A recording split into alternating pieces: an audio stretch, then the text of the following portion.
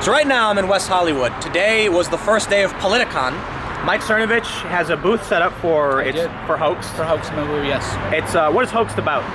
Hoaxed is about fake news, but more importantly about truth, narratives. Truth is hard. And what is truth? Can you find truth? Who knows? Yeah, there's a philosophical debate right now, especially among the left, about what truth really is. But I'm actually in it. But I'm not here to promote that, simply that we ended up talking. And something interesting that I thought you had a really good take on was Facebook recently purged a ton of pages that were left and right, but a lot of left-wing pages got purged.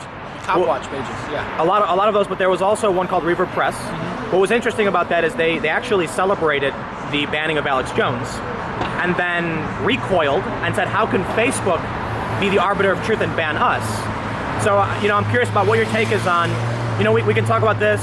We've got the midterms coming up. Do you think there's a correlation between Facebook banning these pages? Why did Facebook ban these these police accountability pages? Right. So here's what happened. Facebook got bullied into banning Alex Jones. And the mistake that the left made was not realizing that Alex Jones was the vanguard for all these police watch pages. So imagine you're a police union, your power, you have juice, and you go to Facebook and you say, you know what? Some of these people, like Photography Not a Crime, they're harassing our officers and they're taking pictures of us. And Facebook will say, well, we don't make content choices, we don't ban people. And look, we even allow Alex Jones. And then they ban Alex Jones, and now these people come back and say, well, you do take a position, you are banning people, so how can you justify having this kind of information? The same thing too, I'm pro-Israel, but a lot of pro-Palestinian pages got banned. And I don't think they should have been banned. I think you ought to be able to advocate for Palestine on the internet. But the issue now is Facebook has opened the door and everybody's rushing to them like they're the hall monitor and saying, well, I don't like this, I don't like that. And then it becomes about which group has the most power. Well, guess who has more power than left-wing police misconduct websites? I can tell you who has more power than that. And police. Obviously, the unions and everybody has way more power and influence with Facebook than these pages do. So this is utterly predictable. Well, they actually, I believe they said part of it was due to the midterms are coming up and they want to protect elections, and these are spam pages, duplicate pages. Do you feel that they're being honest? I mean, look, we don't know for sure what they're doing or why, but are they trying to protect let me just assert my opinion. I feel like they're trying to protect a kind of mainstream narrative with the midterms coming up. Right. And these were, I don't want to call them fringe, but police accountability is associated with hardcore activism. Right. Reverb Press was very far left, right? Calling Kanye deranged, rambling. Right. Are they trying to snip off the fringes? Is this about elections? Well, here's the issue fundamentally. It's a great question I like to ask people is, what's the difference between harassment and journalism? Most people can't answer that because it depends on if you like the person. Is following somebody around with the camera and yelling at them, is that harassment or is it journalism? Well, if you like the person being yelled at, then you're gonna well, this fearless journalist approached Mitch McConnell and I love it. But then if it's Laura Loomer running after Uma, you're like, oh my God, I can't believe Laura Loomer is harassing these people. It's like, well, wait a minute. You're following somebody around trying to get a reaction. How is harassment different from journalism? So, look at, I think it was the Washington Post showed up to James O'Keefe's office. Yes. While they're coming out asking all these questions, doing hey, we got you. That's journalism. Right. Laura Loomer goes up to people and starts saying what about this, what about that, and they call her an activist who's harassing people. Right. I mean, they say James O'Keefe is not a journalist either. Right. And look, I'll be the first to say those guys, Loomer and O'Keefe, hardcore partisan for sure, but you can't have your cake and eat it too. I mean, if they're going to do something the same thing you're doing, their attitude is irrelevant. Right, and that's the issue. So if you say Alex Jones harassed Oliver Darcy because he berated him for 9 minutes on camera, which, by the way, I've told Alex this personally, and I've said it publicly, 9 minutes is probably too long. You can make your point in a minute or two, but if you're going to say going up to a CNN reporter who's trying to have you banned from the internet and saying your piece in a way that was completely lawful and legal, it's in the halls of Congress, it's all protected, there's nothing illegal that occurred, well, that's harassment. Oh, okay, now what's going to happen is these groups with real institutional power are going to go through the left-wing pages, the far left-wing pages, and say, oh, well, I mean, you're following people around, you're taking their picture, you're asking people to find out who this is. Well, that's harassment too. And then what's Facebook going to say to these very powerful institutional forces? Well, they can't say, well, we allow everything, even Alex Jones. Now they've said, well, we do ban people. Well, welcome to the censorship wars, my far left-wing comrades. It's a cascade effect. Yeah, it's a cascade effect, and you have to defend people that you don't like. I said I don't like the really hardcore alt-right guys. I don't like them. I think they have the right to speak on college campuses. I don't like Antifa, but if Antifa shows up and all they do is hold signs, I actually welcome. I'll bring you some coffee. Just don't beat anybody up and everything's fine. So I want to ask a little bit about, well, actually I want to ask about the midterms, but let's talk a little bit about hoax while we're still on the subject of fake news. I am in hoaxed, right? I actually think the representation was fair. I said what I said, and I can appreciate that. But I do feel like the documentary should have, like, look, my position is that the mainstream media tends to do a good job, but their errors are kind of glossed over, right? There's a lot of issues with the media, why they're called fake news. I'll highlight, for one, stealth editing. They make changes to articles without telling people, and that can dramatically change the story the way you read it versus the way I read it. And they do this to avoid having to issue the corrections. There's also the weight of their errors. When they make a mistake, it's led to war in the past. So I think on a day-to-day basis, it's fair to say you're going to get a lot of alternative media that is probably not got a lot, very good standards. They may be fake news, whatever you want to call it. But who is going? Look, nobody fact checks the Washington Post when they write a story. If the Washington Post comes out and says this is the story, it's true, everyone just assumes it is. Why should I assume the Washington Post is more correct than your website, for instance? Well, I would say that if I read something in the New York Times or the Washington Post, generally speaking, the facts are within the realm of truth. There might be a narrative, there might be a slant, but if a person in the Washington Post says there was a car accident on Sunset Boulevard at 11:55 p.m., I'm gonna believe that actually happened. Oh, it's amazing. Oh, thank you very much. Now, the issue, of course, is unfair coverage and how they create the narrative, and that's why in hoax, I don't anywhere call the New York Times and Washington Post fake news. I say that they create a narrative, they shape a narrative. So, for example, there are articles in the Washington Post where I know who the sources were, and I know the sources were bullshitting them because they wanted to get somebody fired because they wanted a promotion.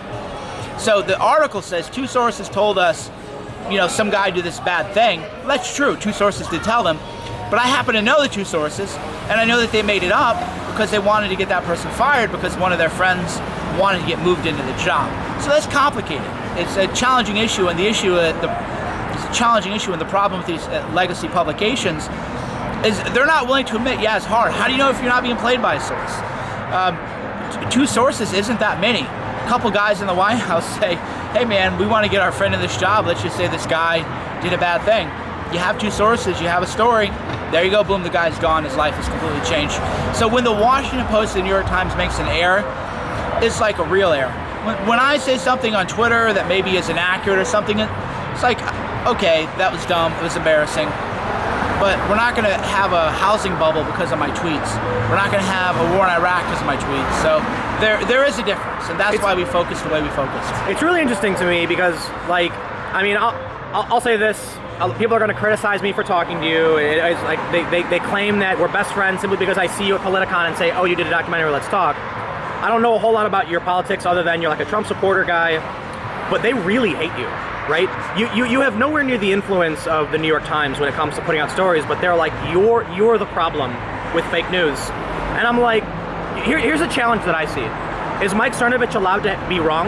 Of course he is. Is he allowed to be on Twitter and be wrong? Absolutely. What's the solution? Fact check. The New York Times shouldn't be like he's a purveyor of fake news. It should be like, oh, this guy's influential and he gets it wrong a lot. Let's correct the record. Instead, they demonize you. They make you out to be like a supervillain. Yeah, in a way, they make me seem cooler than I am. When I think about the perception people have, I'm like, dude, I'm just like a regular guy. I took my daughter into bed and I open a bottle of wine and I drink wine and hang out with my wife, who, by the way, isn't white, but somehow, I'm only into white people or whatever. So it's a surreal position for me to be in. And I realize why a lot of people maybe who watch this don't like me. I made some shitty jokes over the years, and I own that. I own it. But you said things that people consider to be extremely offensive. You've been and they were offensive. I've said things that were extremely offensive, and I admit they're offensive. But at some point, it's like, okay, I admit it. It was offensive. It was wrong. It was a real shitty thing to say. Would you say you regret it? I shouldn't have joked about Trayvon Martin, getting shot. That's not a very funny thing to say. It's not a really funny joke. But it's like, okay, are we going to talk about that all the time now, or can we talk about something new, something in the future. Are you allowed to move on? Yeah, this is the If question. you say it was wrong, if you say you were sorry, should Right. we accept that, or should we just say, no, you're a bad person forever? That's the problem. People want you to live in a certain, they have an image of you and they want you to live up to that image all the time. And I've done a lot of things. I made a lot of bad comments, made some bad jokes. I made a lot of good jokes, broken some big stories, got some big sexual harassment stories right. You ruined Guardians of the Galaxy 3. That, I didn't know, I had no idea that was going to happen.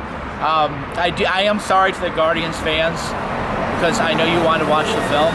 So I do have empathy for... You know, they moved up Doctor Strange 2, though, to replace it. So I'm a huge fan of Doctor Strange, so... Life is like that, yeah. One last real quick question. The polls are saying the Democrats are going to take the House majority, but I did a video the other day. I was looking at all the data, looking at the enthusiasm, and it feels like 2016 again to me. I don't like making predictions, but I feel like the polls are wrong. What do you think? I mean, I'm the same way, man. Early on, 6 months ago, I thought Democrats blew away for sure, at least in the House. Thought for sure it was a blue wave. And the Democrats, I think they peaked too early. So if you're like competing in the Olympics or something, you don't want your best week a month before the election. You want your best week the week of the Olympics. I feel like the Democrats peaked early, and now the Republicans are like rushing into their peak. But I'm completely comfortable with saying I don't know who's going to win in November, so if Republicans win, I'm not going to say that I predicted it. If Democrats win, I'm not going to say I predicted it. Right on, man. All right, well, hey, thanks for talking for this little bit. Always a pleasure. By the way, I do want to say something I think is funny is, one of the dumbest comments I make is if Tim, who's a more lefty guy, if he does an interview with me, people go, you're giving a platform to Cernovich. And it's like, what about CNN and everybody giving platforms to all these idiots, right? What about Vice News winning a Peabody Award for embedding with Chris Cantwell for 3 days, and I do one sit-down lunch with alt-right guys, and they lord that over me forever? It's absolutely insane, right? Yeah, they made Chris Cantwell, I don't know, 50 million people saw those videos and stuff. They made him a freaking, supervillain or whatever. They were his hype man. But if anybody else happens to interview someone else and you're giving them a platform, it's kind of stupid, really. Yeah. I also feel like, look, I'm not gonna read. I don't know about your life story. I know you've been accused of things. I know you said silly things and wrong things and offensive things, and you called that out. Am I supposed to say Mike Cernovich, who has 500,000 followers, is extremely influential, should not be engaged in a discussion? Look, when I'm doing an interview with you, you have said nothing overtly racist, conspiratorial. We've had a general conversation about politics and news media. What's wrong with that? Well, and the irony is I don't do traditional media, so that's kind of the funny thing is whenever people say so-and-so's giving a platform, it's like, no, like, I get hit up by BBC and other people, and I'm like, no, thanks, I don't want to talk to the BBC or whatever. So it's a silly argument.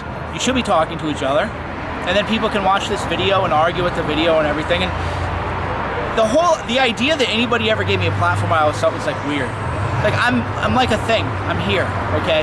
Let's talk to each other. And as long as you're going to have as much influence as you do over a certain political faction, I think it's important that we have these conversations. So, people need to understand why you have followers, what you believe, and look, plain and simple. If they don't like you and they don't like your ideas, they can't effectively challenge your ideas if they don't know what they are. They don't even know nobody knows what my ideas are. I'm not a political person. That's the irony is, I've never had an interview where they go, what's your position on immigration? What's your position on gun control? What's your position? I don't even know. Nobody knows, right. I just know that the media maligns you as alt-right. Right. I believe in the past you said you were, but Well, I was quoting someone else, so there's a little more complicated than that, but alt-right was something else to a lot of people. Yeah, it was just an alternative to the Republican Party and everything. Here's what's crazy to me. Like, that's a fact. Right. Early on, people thought it meant just like a different kind of Republican, and then it became something else with Hailgate. Right. I recognize that. It's honest. Right. But the media doesn't care. Right. They will lord that over you for the rest of your life. They can try, but here's the real problem actually with that is, so I have a biracial relationship, biracial daughters, blah, blah, blah, blah, blah. I'm not saying that to like, I'm great. I'm just saying that if you call me names like that, and then anybody who does some research are like, wait a minute, but he's not that. What are you going to do when you have people who are actually the thing you're calling me? So you need to think about, it's the same reason you've never, I don't know that I've ever called somebody a socialist, maybe as other than ironic. Why? Because it doesn't mean anything. Everything, you want public roads, socialism. You want cancer patients to not die on the road, socialism. So it doesn't actually mean anything. if you want to really fight what you view as evil forces, then don't call people who aren't those things those labels, because then when you do find a real, actually scary person, you're going to try to use that label. And people are going to say, oh, I mean, that can't possibly be true because all these other people weren't. Boy who cried wolf. Yeah, just think about that. Right on, man. All right, Wade. Thanks for talking. Thank you. See you around. Well, that's it's the end of the first day of Politicon. So there's a documentary Mike Cernovich put out called Hoaxed. It's about, I don't know exactly how to describe it. I wouldn't say that, I feel like if you watch it, you might get the impression that he's overtly smearing the media, so like slamming the media for their mistakes and for their errors, and I feel like that's definitely how a lot of mainstream personalities would probably take it. But I think one of my criticisms is that you should mention the mainstream media tends to do a good job, and he said that. Like, the facts of their reporting will typically be correct, but sometimes they do bad things. It's a fact, and there's no one to who watches The Watchmen. So, long story short, he had this documentary, I happened to be in it, and so they were having an event, and I thought it'd be interesting to come down here and talk to him about how he feels about fake news with this documentary coming out with the midterms so close. And what he ended up saying to me was that really interesting point in the beginning about police unions. When you ban Alex Jones, you show that you will bend to certain political pressure. And then, I don't think he's saying it's a fact that police unions did this, but don't be surprised if police advocacy groups and unions did go to Facebook and say, hey, this is harassment. Right? I'm not saying it's a fact, I'm just saying that's something you should consider. Because we did see this mass purge of a lot of pages that, by their account, did nothing wrong. And that's why I will condemn the banning of these pages. They should have been warned if they did break the rules. The ones that were far left that celebrated Alex Jones shouldn't have, his banning, they shouldn't have been banned either.